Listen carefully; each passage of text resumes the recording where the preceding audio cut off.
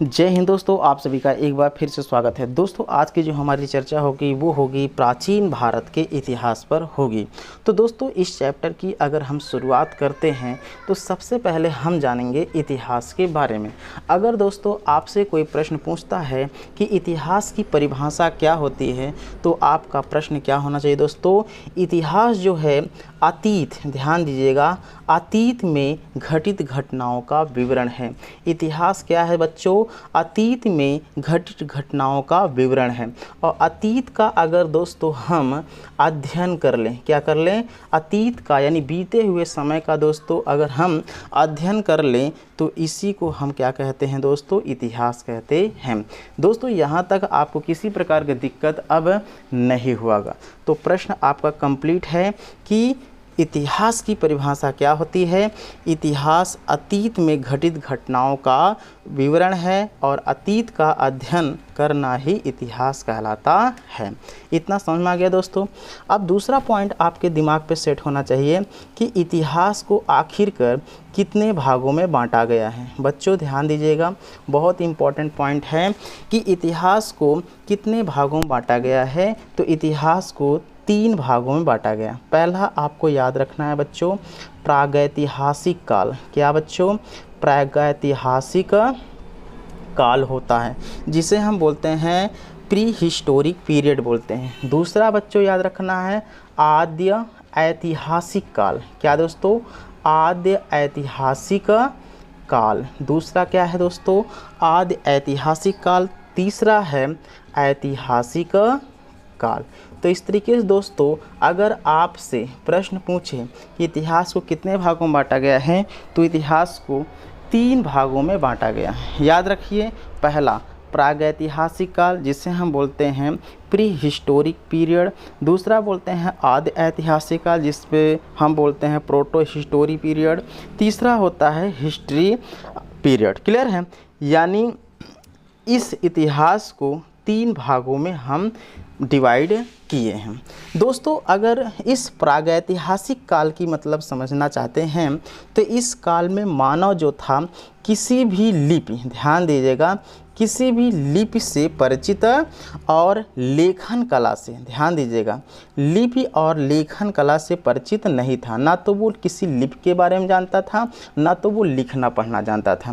कहने का तात्पर्य ना तो लिपि के बारे में उसे मालूम था, ना तो किसी लेखन कला के बारे में मालूम था। किस काल में बच्चों? प्रागैतिहासिक काल में।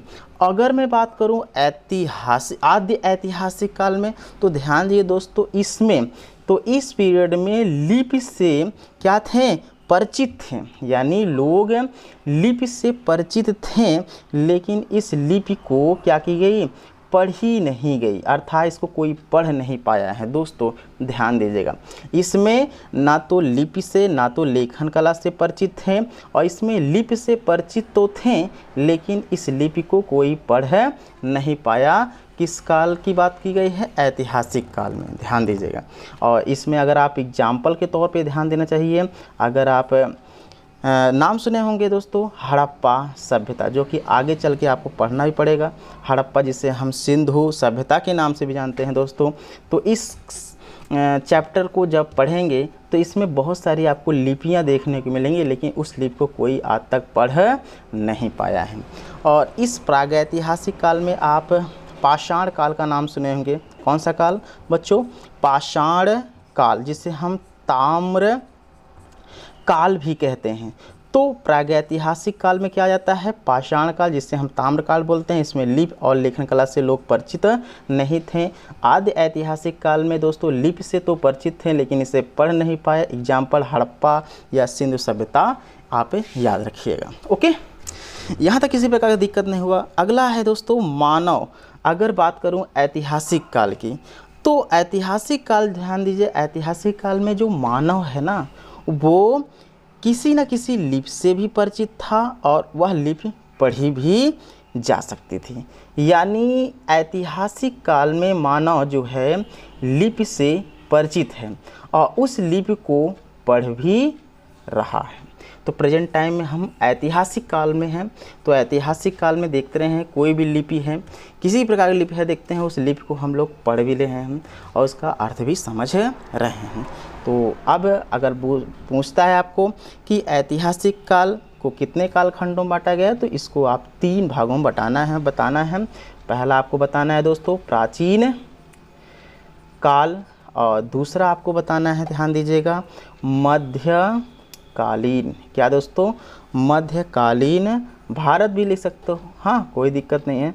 और तीसरा आपको लिखना है आधुनिक भारत। ओके, तो इन्हीं के बारे में हमें तो पढ़ना है ना, आगे चल के हमें इन्हीं तीनों के बारे में पढ़ना है, प्राचीन काल, मध्यकालीन और आधुनिक भारत के बारे में। दोस्तों ये इतना समझ में आ गया। अगर आपको चाहिए तो एक बार मैं रिवीजन कर देता हूँ।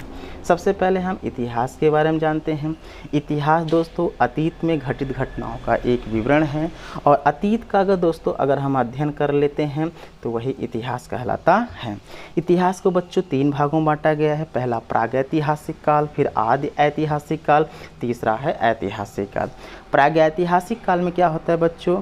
लिपि और लेखन कला से परिचित नहीं है, ना तो इसे पढ़ सकते हैं, ना तो मतलब परिचित ही नहीं है। अब इसको छोड़ दीजिए। आगे इसमें याद रखना है दोस्तों, ये आ जाते हैं एग्जाम्पल है पाषाण काल और ताम्रकाल, याद रखना है। आदि ऐतिहासिक काल में लोग लिपि से परिचित थे लेकिन इसे पढ़ नहीं पाए। एग्जाम्पल आपको हड़प्पा या सिंधु सभ्यता याद रखना है। तीसरा पॉइंट याद रखना है दोस्तों, ऐतिहासिक काल, इसमें लिपि भी है और उस लिपि को लोग पढ़ भी रहे हैं। ओके, इसमें आपको 3 भागों में बांटा गया है ऐतिहासिक काल में, प्राचीन और मध्यकालीन और आधुनिक। तो इस तरीके से दोस्तों इस पॉइंट को बिल्कुल भी दिमाग रख लीजिए, मोस्ट इम्पॉर्टेंट पॉइंट है दोस्तों। अब हम इसको मिटाते हैं, अगला हम टॉपिक देखते हैं। दोस्तों अब हम बात करने वाले हैं इतिहास की। जैसा कि हमने आपको बताया था बच्चों कि इतिहास को ध्यान दीजिएगा कितने भागों में बांटा गया, हमने बताया ना अभी, आप जल्दी से बताइए। इतिहास को 3 भागों में बांटा गया था, बताया गया था ना, प्रागैतिहासिक काल, आदि ऐतिहासिक काल और ऐतिहासिक काल। दोस्तों अगर मैं बात करूं प्रागैतिहासिक काल की, किसकी? प्रागैतिहासिक काल की। तो दोस्तों हमने बताया था इस काल में मानव किसी लिपि और लेखन कला से परिचित नहीं था। तो इस काल में मानव क्या है दोस्तों? किसी भी लिपि और लेखन कला से परिचित नहीं था, ये आप लोग जाने थे। अगर पूछ ले आपको कि ये जो प्रागैतिहासिक काल है बच्चों, इसे कितने भागों में बांटा गया है, तो 2 भाग बताना है। जैसा आप जानते ही हैं, एक है पाषाण काल और दूसरा आपको बताना है बच्चों ताम्र काल। समझ में आ गया ना? तो हमें आशा है कि आपको समझ में आ रहा होगा। तो पहला क्या है बच्चों? पाषाण काल, दूसरा है ताम्र काल। अब पाषाण काल को जानते हैं बच्चों, ये भी आप पढ़े होंगे कभी ना कभी।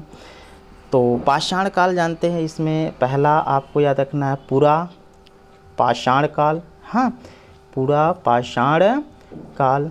दूसरा है दोस्तों मध्य पाषाण काल, और तीसरा याद करना है बच्चों नव पाषाण काल।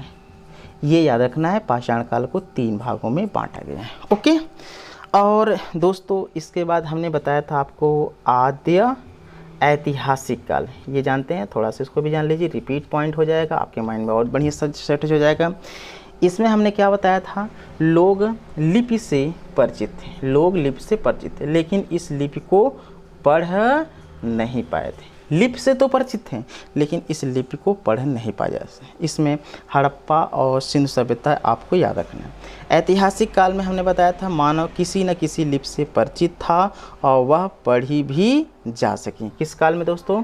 ऐतिहासिक काल में मानव किसी न किसी लिपि से परिचित भी था और उस लिपि को वो पढ़ भी सकता था। ओके, प्राचीन भारत इसमें आपने पढ़ा था, और मध्यकालीन भारत, और तीसरा है आधुनिक भारत। ये पॉइंट अपने दिमाग पे बच्चों सेट कर लीजिएगा।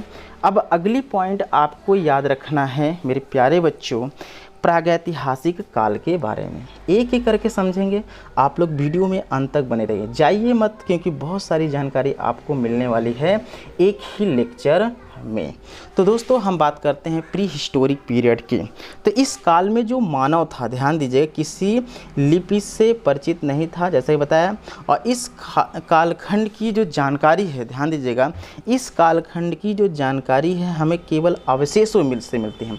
मतलब कहना, जो अवशेष हमें प्राप्त हुए हैं बच्चों, उसी से हमें ये जानकारी प्राप्त होती है। और जैसा कि अध्ययन की दृष्टि से प्रागैतिहासिक काल को, ध्यान दीजिएगा दोस्तों, बांटा भी गया है, 2 भागों में बांटा गया था। हमने बताया था ना आपको, पहला है पाषाण काल, याद करो बच्चों, और दूसरा हमने बताया था क्या, ताम्र काल। किसकी दृष्टि से? अध्ययन की दृष्टि से। तो अध्ययन की दृष्टि से प्रागैतिहासिक काल को कितने भागों में बांटा गया है? 2 भागों में। पहला है पाषाण काल, दूसरा है ताम्र काल। तो चलिए एक एक करके हम लोग समझते हैं कि आखिरकार ये पाषाण काल क्या है और ताम्र काल क्या है। पाषाण काल। तो बच्चों वीडियो में अंत तक बने रहिए। अगर आपको वीडियो पसंद आती है तो वीडियो को लाइक कर दीजिए, सब्सक्राइब कर दीजिए, अपने दोस्तों को शेयर कर दीजिए। दोस्तों बात करते हैं पाषाण काल की। तो भारत में सर्वप्रथम, ये ध्यान दीजिएगा, भारत में क्या सर्वप्रथम, क्या भारत में सर्वप्रथम 1863 में, कब? मोस्ट इंपॉर्टेंट पॉइंट है बच्चों, 1863 में रॉबर्ट ब्रूस फुट, याद रखिएगा नाम, ये पॉइंट बिल्कुल याद रखिएगा, रॉबर्ट ब्रूस और फुट, ध्यान दीजिएगा, 1863 ईस्वी में रॉबर्ट ब्रूस फुट ने पाषाणकालीन सभ्यता की खोज की। मोस्ट इंपॉर्टेंट पॉइंट दोस्तों अपने दिमाग पे बिल्कुल सेट कर लीजिएगा कि पाषाणकालीन सभ्यता की खोज किसके द्वारा की गई थी दोस्तों? ये की गई थी 1863 ईस्वी में रॉबर्ट ब्रूस फुट के माध्यम से की गई थी। हो गया ना दोस्तों? अगर आपसे प्रश्न पूछ ले कि भारतीय, ध्यान दीजिएगा बच्चों, अगर आपसे प्रश्न पूछता है कि भारतीय पुरातत्व का पिता किसे कहा जाता है, तो आप बच्चों क्या आंसर दोगे? सर अलेक्जेंडर, क्या? सर अलेक्जेंडर, हाँ, कनिंघम, क्या? सर अलेक्जेंडर कनिंघम को भारतीय, ध्यान दीजिए, पुरातत्व का पितामह कहा जाता है। बच्चों दिमाग से आप समझिए, क्योंकि ऐसा लेक्चर आपको मिलेगा नहीं यूट्यूब पर, क्योंकि मैं भले ही आपको एक देसी स्टाइल में बता रहा हूँ, हमारे पास वो सुविधाएं नहीं हैं, लेकिन आशा है आपको ये समझ में आ रहा होगा। तो दोस्तों चैप्टर आप जानते ही हैं, प्रथम चैप्टर है, इसको जानना भी बहुत ज़रूरी होता है। तो अब यहाँ पर पॉइंट याद हो गया कि पाषाण काल के बारे में। तो पाषाण काल के बारे में पूछता है कि अगर पूछ ले आपसे कि भारत में सर्वप्रथम 1863 ईस्वी में पाषाणकालीन सभ्यता की खोज किसके की द्वारा की गई थी, तो आपको बताना है रॉबर्ट ब्रूस फुट के द्वारा की गई थी। अगर पूछ ले भारतीय पुरातत्व का पितामह, ये पॉइंट याद रखना, पुरातत्व बोला है, पुरातत्व का पितामह पूछ ले दोस्तों, तो बताना है सर अलेक्जेंडर कनिंघम को बताना है। समझ में आ गया ना? ये पॉइंट आपके दिमाग पे सेट हो गया है। ओके।